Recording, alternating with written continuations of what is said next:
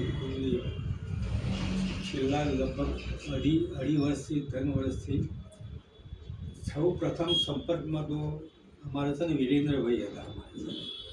જ્યારે જ્યારે કામકાજ હોય ત્યારે અવારનવાર અમારે ઘેર પણ આવતા હતા અને કોઈ પણ કામકાજ હોય એમાં અમે હાજ કહીને આગળ કામકાજ ઝપાઈ રાખેલું હતું. અને આની અંદર બધા સુમેળથી બધા સાથે મળી અને એટલે ગુરુદેવનો જ્યારે જ્યારે પ્રોગ્રામ હોય ત્યારે બધા એકત્ર થઈ અને એકબીજાના પ્રેમથી બધાને કામગીરી કરી છે. અને હવે તો ભવિષ્ય માટે તો આપણે એટલી જ વાત કરીએ કે આની અંદર જો યુવાન કાર્યકરો જો ભેગા થાય અને યુવાન કાર્યકરો આમાં થોડો રસ લે તો ભવિષ્યમાં યુવાન કાર્યકરો અહીંયા જે કામગીરી કરવાનું છે એમાં સહાયરૂપ થઈ અને ઉંમરવાળા તો ધીરે ધીરે ઉંમર થાય એટલે એમને થોડો રસ ઓછો થતો જાય.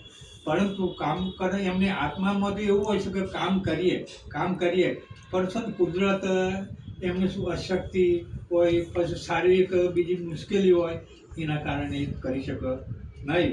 અને આપણે સૌ મિત્રોનો અગર તો જેમને હાજરી આપી નથી એ છે ને પરિવારના ભાઈઓ બહેનો એકબીજાના પ્રેમથી બધા કામગીરી કરે છે. અને ધીરે ધીરે આપણે અહીંયા સુસંસ્કાર કેન્દ્ર અને આપણે ખરીદી કરી આપણે પોતાનું નહોતું પણ આપણે છે ને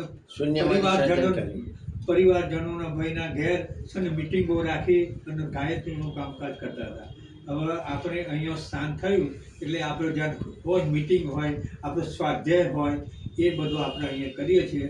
અને પાછળ આપણો પણ હોલ પણ રાખેલો છે એમાં પણ આપણી બધી ચીજ વસ્તુઓ બધી મૂકવામાં એ આપણે ઘણી મુશ્કેલી હતી એ આપણે મુશ્કેલી દૂર થઈ છે.